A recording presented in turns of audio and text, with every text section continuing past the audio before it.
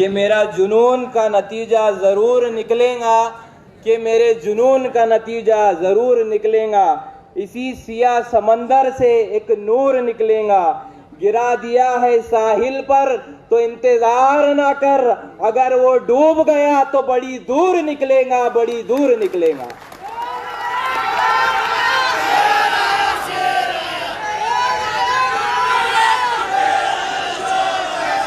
अस्सलाम वालेकुम व रहमतुल्लाहि व बरकातुहू।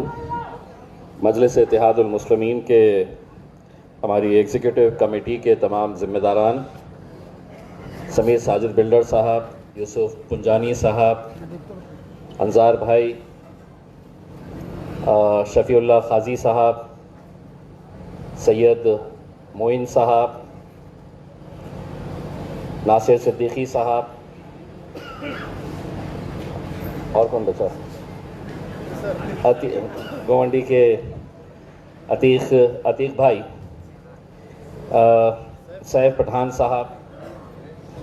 मैं सबसे पहले तो एग्जीक्यूटिव कमेटी का तहे दिल से शुक्रिया अदा करता हूं, और ख़ास तौर से समीर साजिद का, कि उन्होंने 3 दिन पहले ही ये फ़ैसला लिया कि हम एक दिन का अड़ावा बैठक लेंगे और उसमें बहुत सारे लोगों की राय मशवरा लेकर आगे जो भी फ़ैसले करना है हमें आसानी होगी ये करने के लिए। ये इंतज़ाम किया गया।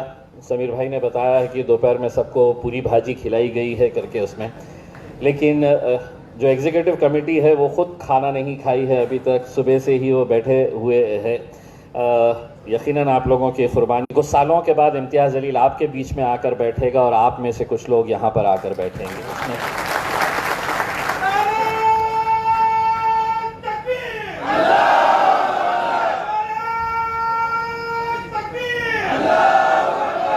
कुर्सी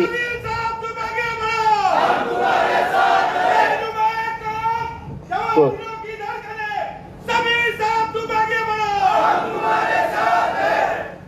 कुर्सी हमेशा किसी की भी परमानेंट नहीं होती है, कुर्सियां आते जाते रहती है उसमें। आज अल्हम्दुलिल्लाह बैरिस्टर असदुद्दीन अवैसी साहब ने ये ज़िम्मेदारी मुझ पर सौंपी है, और आप लोग इतने सालों से मजलिस को जो ताकत बख्शे है, जो काम आप लोग मजलिस के लिए कर रहे हैं, मैं सिर्फ़ एक बात साफ़ करना चाहता हूँ कि लीडरशिप कैसे तैयार की जाती है। हर सियासी पार्टी के अंदर आपको अपना एक लीडर तैयार करना होता है। मुझे खुशी है कि इतने सारे लीडर्स अल्हम्दुलिल्लाह इम्तियाज़ जलील ने पैदा किया है उसके अंदर, और यही लोग अब आप लोगों के अंदर बहुत सारे लीडर्स पैदा करने की कोशिश कर रहे हैं, और इंशाअल्लाह अल्लाह हमें उसमें कामयाबी नसीब करेगा। आने वाले वक्त के अंदर आप लोग जैसा जानते हैं, और हमने कई बार सीट जीती है, मालेगांव में, धुलिया में एक सीट जीती है करके, आज मैं इतना यकीन के साथ कह सकता हूँ कि महाराष्ट्र के छोटे से छोटे गांव तक मजलिस इत्तेहादुल मुस्लिमीन पहुँच चुकी है उसमें। और ये उस वक्त हमें एहसास होता है जब हम किसी ज़िले के दौरे के ऊपर निकलते हैं और छोटे छोटे गाँव के अंदर वहाँ पर 100-100, 200-200, 500 बच्चे खड़े हुए होते हैं, और मैंने कई मरतबा ऐसा देखा है कि घंटों वो बच्चे इस इंतज़ार के अंदर रहते हैं कि हमारा अपना लीडर आने वाला है करके। ये लीडर कभी कोई और हुआ करते थे, हमारे बच्चे किसी और के लिए इंतज़ार किया करते थे उसमें, तब उनके दिल में इतनी खुशी नहीं होती थी। अब वो दिल से इंतज़ार करते हैं क्योंकि उनका अपना एक भाई आने वाला रहता है। वो सारी दुश्मनियों को दूर करके, सारी दुश्मनियों को दरकिनार करके वो एक साथ मिलकर आ जाते हैं सिर्फ सत्ता बनाने के लिए। लेकिन अगर किसी को दूर रखना चाहते हैं तो वो मजलिस इत्तेहादुल मुस्लिमीन को, उसका ज़िंदा अगर मिसाल अगर मैं आपको बताऊं कि बिहार का इलेक्शन, हमने जब बिहार के पिछले 5 साल पहले जब हम इलेक्शन के लिए वहाँ पर प्रचार करने के लिए गए थे, किन मेहनतों से सभी लोगों ने, उसमें से आप लोगों का भी योगदान था कि आप लोगों ने भी वहाँ पर आकर प्रचार किया, जमकर मेहनत की, और नतीजा ये हुआ कि हम वहाँ पर 5 सीटें जीते। उसके बाद जो भी हुआ खैर आप सभी लोग जानते हैं। लेकिन इस बार जब मजलिस इत्तेहादुल मुस्लिमीन दोबारा बिहार के अंदर इलेक्शन लड़ना चाह रही, तो हम जो 5 सीटें जीते हुए थे, वो 5 के साथ हम सिर्फ एक एक्स्ट्रा सीट मांग रहे थे। हमने 6 सीट मांगे, लिख कर दिए हमारे अख्तरुल ईमान साहब ने। हमारे वहाँ के ज़िम्मेदारों ने पत्रकार परिषद के अंदर ये ऐलान किया कि हमें भारतीय जनता पार्टी को अगर इस मुल्क में हराना है तो हमें सभी जितने भी पार्टियां हैं सबको एक साथ मिलकर आने की ज़रूरत है। उनका पैगाम ये था कि हम सभी एक साथ मिलकर आ जाएंगे, लेकिन हम मजलिस को साथ में लेकर नहीं आएंगे। यानी कि इसका मतलब ये है कि हमें इनका वोट चाहिए, लेकिन इनकी लीडरशिप नहीं चाहिए। हमें इनकी ज़रूरत तो बहुत है, लेकिन हम असदुद्दीन अवैसी साहब को हमारी सफ़ों के अंदर हम बिठाएंगे नहीं करके। उसमें 6 सीटें, सिर्फ 6 सीटें मांगी गई थी, लेकिन आरजेडी के तेजस्वी यादव ने कहा कि अगर आपको बीजेपी से इतनी ही नफरत है तो आप इलेक्शन ही ना लड़े। इस तरह का सुझाव हमको दिया गया, उस पार्टी को जिसने 5 सीटें जीत कर आई थी बिहार के अंदर। अब इंशाअल्लाह हम जा रहे हैं और बिहार के अंदर दिखाएंगे कि अब मजलिस की ताकत वहां पर कितनी बड़ी है। तुम हमारे एमएलएस को खरीद सकते हैं, खरीद लिए थे, लेकिन आज उनकी भी हालत देख लीजिएगा कि जिसके भरोसे के ऊपर वो गए थे उनको टिकट ही नहीं मिला है। सियासत ही उनकी ख़त्म हो गई है। इसीलिए जब आप लोगों को देखता हूं तो एक बात, कोई जज्बात में आकर फैसले ना करे कि भाई मुझे टिकट नहीं मिला, मैं तो इतने सालों से था करके। मजलिस जब औरंगाबाद के अंदर आई थी, यकीन मानिए मेरे से पहले बहुत सारे ऐसे दीवाने थे जिन्होंने मजलिस का झंडा थामे हुए थे। इम्तियाज़ जलील तो पैराशूट से उतर कर आया। असदुद्दीन अवैसी साहब ने यह फैसला किया कि इम्तियाज़ जलील को टिकट देना है, लेकिन अल्हम्दुलिल्लाह यहाँ के वो नौजवान जो मजलिस का झंडा पकड़े हुए थे, उसमें बहुत सारे यहाँ पर मौजूद हैं। बहुत सारे लोगों ने वो मेहनत और मशक्क़त की थी, लेकिन असदुद्दीन अवैसी साहब का जब फैसला आया तो उन्होंने सबने उसके ऊपर लब्बैक कहा। ये जब इलेक्शन आते हैं महानगर पालिका का ख़ास तौर से, तो सबसे ज़्यादा अगर कोई टेंशन में रहता है, सबसे ज़्यादा अगर कोई किसी की नींद हराम होती है तो वो इम्तियाज़ जलील की होती है।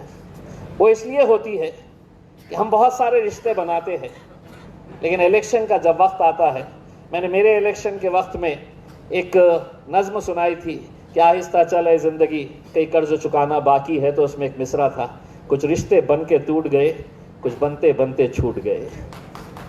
तो ये इलेक्शन एक ऐसा इलेक्शन है कि जहाँ पर टिकट मांगने वाले तो बहुत रहेंगे, लेकिन फैसला किसी एक को पर किया जा सकता है। और यकीनन कोई भी सियासी पार्टी जब कोई फैसला करती है तो कोई हारने के लिए नहीं करती है, जीतने के एतबार से ही करती है।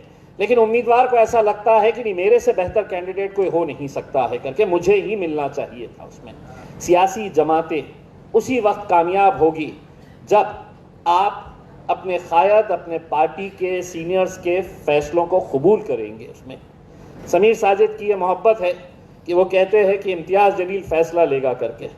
अगर इम्तियाज़ जलील अगर फ़ैसला अकेले अगर लेगा तो शायद ये कमेटी बनाता नहीं था इम्तियाज़ जलील, शायद वो जिम्मेदारियां इन लोगों के ऊपर देता नहीं था। मैं खुद बैठता था, मैं खुद फैसला करता था उसमें कि जिसको देने का है करके। लेकिन आज अगर हमने ये कमेटी बनाए और ये कमेटी के अंडर में भी और सब कमिटीज़ बनाई जा रही है, जैसे कोऑर्डिनेटर्स बनाए जा रहे हैं, जैसे जिम्मेदार बनाए जा रहे हैं, किसी की सरपरस्ती के अंदर इलेक्शन लड़ा जा रहा है, वही लोग फैसला करेंगे, फैसला करके अपनी रिपोर्ट देंगे, और जो भी कमेटी इसके ऊपर फैसला करेगी तो उस हिसाब से फैसला लिया जाएगा, निर्णय लिया जाएगा। ये बात बिल्कुल सही है कि लोग समझते हैं इनको क्या, मेरा तो डायरेक्ट कनेक्शन इम्तियाज़ जलील से है, मैं इनको क्यों सुनूंगा। और कुछ तो ऐसे है, इम्तियाज़ जलील कौन,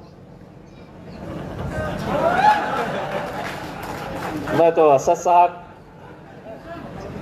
कोई एमएलए, मैं तो उनको भी जानता हूँ, तो ये मेरे को काट दिए या इसने भी काट दिया तो मैं ऊपर से लेके आऊँगा। नहीं मेरे भाई, असदुद्दीन अवैसी साहब की अगर शख्सियत को आप अच्छी तरह से समझेंगे तो आज बहुत सारे लोग महाराष्ट्र के उनके पास चले जाते हैं, वहीं से वो फ़ोन लगाते हैं और मेरे हवाले कर डालते हैं कि देखिए ये आए हुए हैं, इनको संभालिए।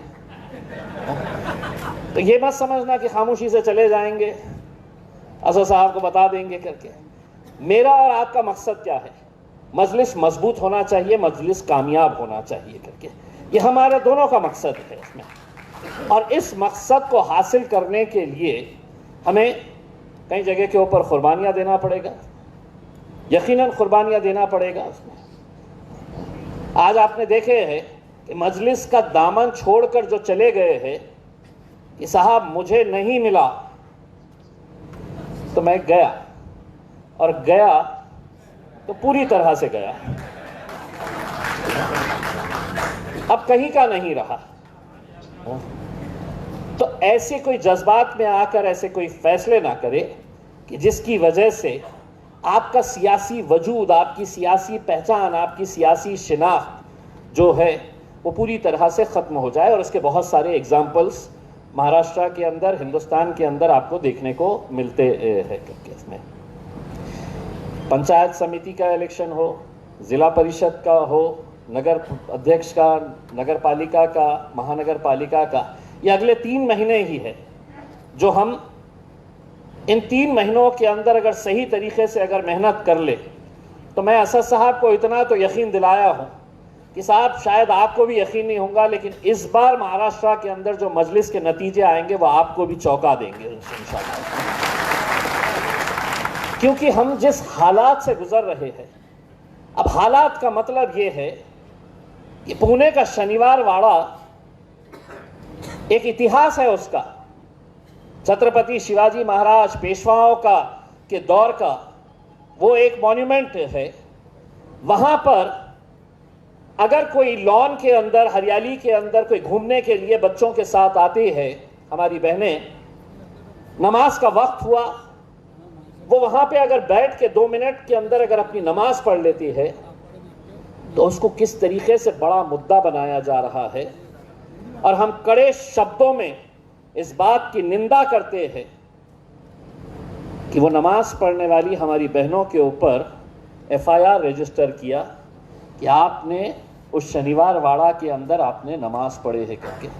अरे हमने नमाज अगर पढ़े हैं तो तुमने इस बात से उन बहनों से सीख लेना चाहिए कि देखिए वो आई थी घूमने के लिए, लेकिन अल्लाह की तरफ से आजान जब निकली वहां पर तो वो वहीं पर बैठ के नमाज पढ़ने लगे।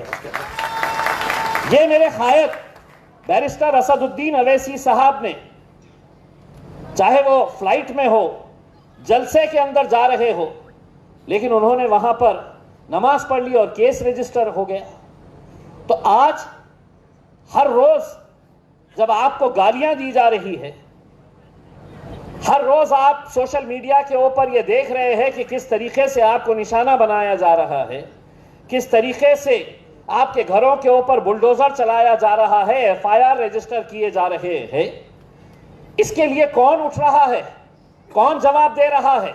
आज हमें खुशी है कि अहमदनगर के हमारे बहुत मजबूत 4 नौजवान जो मजलिस के साथ जुड़े हैं और उनके साथ हजारों ऐसे लोग मजलिस के साथ जुड़े हैं। क्या हम सुनने के लिए पैदा हुए हैं कि तुम कुछ भी बोलेंगे हम सुनते रहेंगे करके उसमें? तो आज अल्हम्दुलिल्लाह आप लोगों की ताकत है कि जिसकी वजह से हम खड़े रह रहे हैं और डटकर उनका मुकाबला कर रहे हैं और बोल भी रहे हैं उनके खिलाफ। इसलिए बोल रहे हैं कि आप हमारे साथ खड़े हुए हैं करके। और हम वहां की पुलिस को भी बोल रहे हैं कि हम सुनने के लिए नहीं है। हम बार बार अगर कानून, अगर तुम ये समझ रहे हैं कि कानून उनके लिए अलग है, हमारे लिए अलग कानून है करके, तो तुम लगाओ जलसा उनका, लगाओ सभा उनकी और देने दो उन्हें हमें गालियां। उसके बाद हमारी सभा लगेगी और हमारी जबान कैसी है ये भी हम दिखा देंगे आपको। केस अगर उन पे नहीं होगा तो हम पे भी नहीं होगा, और अगर हमारे ऊपर होगा तो उनके ऊपर भी होगा। ये बोलने की हिम्मत आज के इस दौर के अंदर अगर कोई दिखा रहा है तो वो सिर्फ मजलिस इत्तेहादुल मुस्लिमीन दिखा रही है मेरे भाई। और अगर हम ऐसे ही सियासी तौर के ऊपर अगर हम बढ़ गए, कहाँ जा रहे हैं मुसलमान? तो साहब नहीं, अजीत दादा भगवान का रूप हासिल कर लिए है, जैसा दादा के साथ ऐसी इतनी सी भी फोटो अगर आ गई तो बस गुस्ताख रसूल से वो महाराज नहीं है। गुस्ताख रसूल इस महाराष्ट्र सरकार का उप मुख्यमंत्री एकनाथ शिंदे भी है, जो जाकर वहां पर उनकी तायीद करता है। और मुसलमान वाह, नहीं मेरा नेता शिवसेना भगवे झंडे लगाकर, मफलरा लगाकर घूम रहे हैं करके। उसमें सियासत अपनी जगह के ऊपर मेरे भाई, लेकिन अगर तुम्हारा ईमान ही पुख्ता ना हो, तो तुम जिंदगी में कभी तरक्की नहीं कर सकोगे। उसमें सिर्फ गुलामी करने की तुम्हारी आदत हो जाएगी करके। और ऐसे माहौल के अंदर मजलिस इत्तेहादुल मुस्लिमीन पूरी ताकत के साथ खड़ी हुई है। उसमें मैं एक बात, ये बहुत सारे लोग ये कहते हैं कि साहब वो टिकट का सौदा कर रहा है, बेचने वाला है, बेच रहा है। 1 रुपया भी अगर किसी ने मांगा तो आपके पास मेरा नंबर है। कोई दुकानदारी धंधा नहीं चलने वाला है इलेक्शन के वक्त में, कोई दुकानदारी। हमने बहुत तजुर्बे के साथ ये फैसले लिए हैं। हाँ, यकीनन हमारे वसीम साहब हम एक वेबसाइट तैयार कर रहे हैं, एक हमारी मेंबरशिप का ऑनलाइन प्रोसीजर हम तैयार कर रहे हैं। इंशाल्लाह अगले 8-10 दिन के अंदर वो तैयार हो जाएगा। आप लोग मजलिस के हैं, लेकिन आपका रजिस्ट्रेशन हमारे पास नहीं है। हमें महाराष्ट्र के अंदर देखना है कि कितने हमारे मेंबर्स हैं। तो बस आपको मोबाइल के ज़रिए स्कैन करना होगा। वो स्कैन करके आप अपना पूरा फॉर्म भर देंगे। उसमें आपको पूरी डिटेल्स देकर जो भी मेंबरशिप फीस पार्टी तय करती है, 10 रुपये, 15 रुपये, 20 रुपये, 25 रुपये, जो भी फैसला करती है, वो आपको ऑनलाइन डालना है ताकि हमारे पास भी ये रिकॉर्ड रहे। वरना हो ये रहा है कि हज़ारों लोग सुनने के लिए तो आ रहे हैं, लेकिन मजलिसी कौन है, रिकॉर्ड के ऊपर कौन है, ये अभी तक हमारे पास कोई डेटा अवेलेबल नहीं था उसमें। और हाँ, इलेक्शन का मतलब ये नहीं है कि साहब अब आज ये इतने बड़े प्रोग्राम को ऑर्गेनाइज करना, क्या ये हॉल मुफ्त में मिला है? क्या आज जो खाने पीने का इंतजाम किया गया है क्या ये मुफ्त में? नहीं, ये समीर साजिद बिल्डर साहब, उनकी पूरी टीम यहाँ पर मिलकर आई है। आप लोग एक बात समझ लीजिएगा, मुसलमानों को अगर अपनी क़यादत, दलितों को अगर अपनी क़यादत खड़ी करनी की है तो आपको हर चीज़ से आपको उसका योगदान देना पड़ेगा। उसमें हम, ऐसा नहीं है कि हम फॉर्म जो आ रहा है बांट देंगे करके। फॉर्म की अपनी फीस रहेगी, लेकिन वो भी सब ऑनलाइन रहने वाली है कि असदुद्दीन अवैसी साहब बैठ के देख सकेंगे कि नगर अध्यक्ष के 50 फॉर्म्स गए हैं तो 50 फॉर्म्स के जो भी फीस आएगी वो उसके अंदर रहेगी। और पार्टी के लिए अगर जिसके पास इस्तिताअत है, मजलिस बहुत बड़े करोड़पतियों की जमात नहीं है।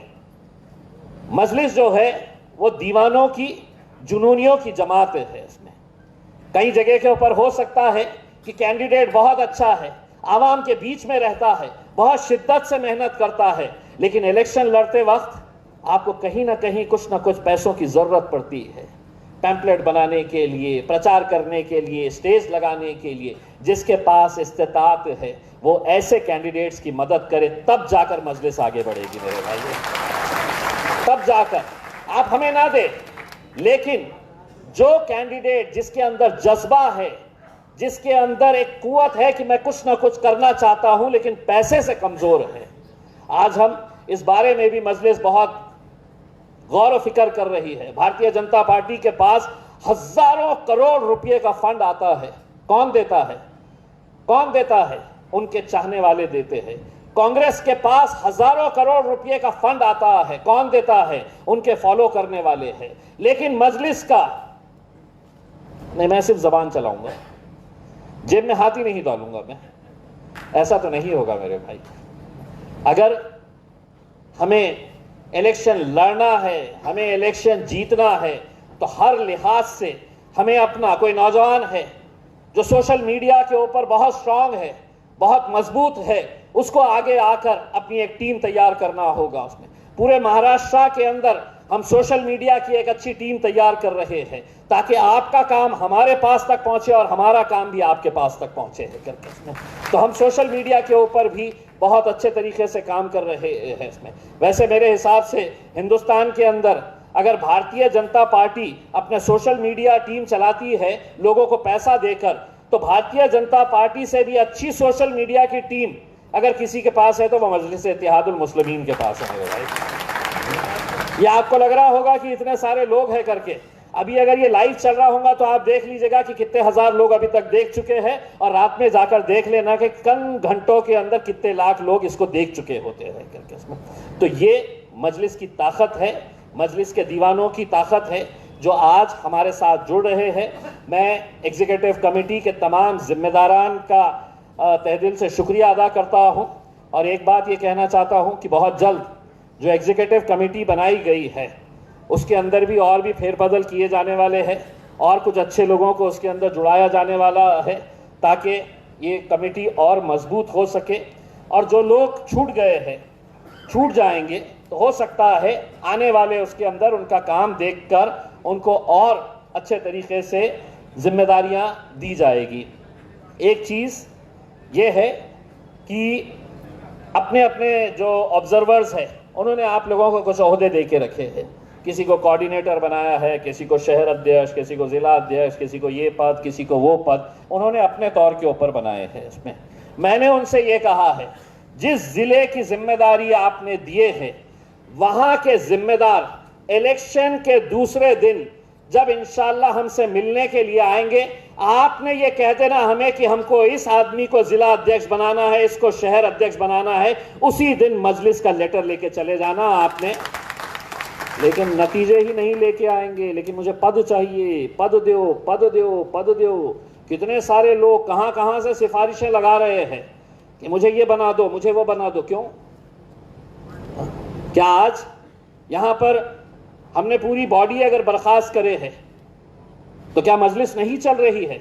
मुझे पद देंगे तो ही मैं काम करूंगा, ऐसा नहीं होगा मेरे भाई। आप पद के हकदार हैं।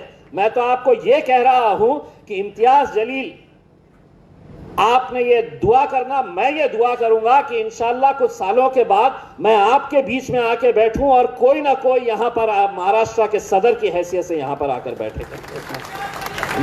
ये जज्बे के साथ अगर हम सब मिलकर काम करेंगे, इंशाल्लाह मजलिस आगे बढ़ेगी। बहुत लंबा दिन हुआ है, सुबह 11 बजे से आप लोग आए हैं, लेकिन कहीं ना कहीं आप जब वापस जाएंगे तो एक नई उम्मीद के साथ, एक नए जोश के साथ जाएंगे, और इंशाल्लाह यहाँ पर जो भी इलेक्शंस हो रहे हैं उसके अंदर हम दिल खोलकर पूरी शिद्दत के साथ मेहनत करेंगे। दुआ करिएगा कि मजलिस को बिहार के अंदर भी कामयाबी मिले, क्योंकि पूरा हिंदुस्तान देख रहा है कि बिहार के अंदर कैसे कैसे मुखालिफिन एक साथ मिलकर आ गए हैं मजलिस को हराने के लिए। इंशाल्लाह आपकी दुआएं, आप लोगों का साथ रहा तो पिछले बार से बहुत अच्छे नतीजे इंशाल्लाह इस बार बिहार के अंदर आएंगे, और इंशाल्लाह महाराष्ट्र में भी आएंगे। बहुत बहुत शुक्रिया। वाखिर दावाना अल्हम्दुलिल्लाह।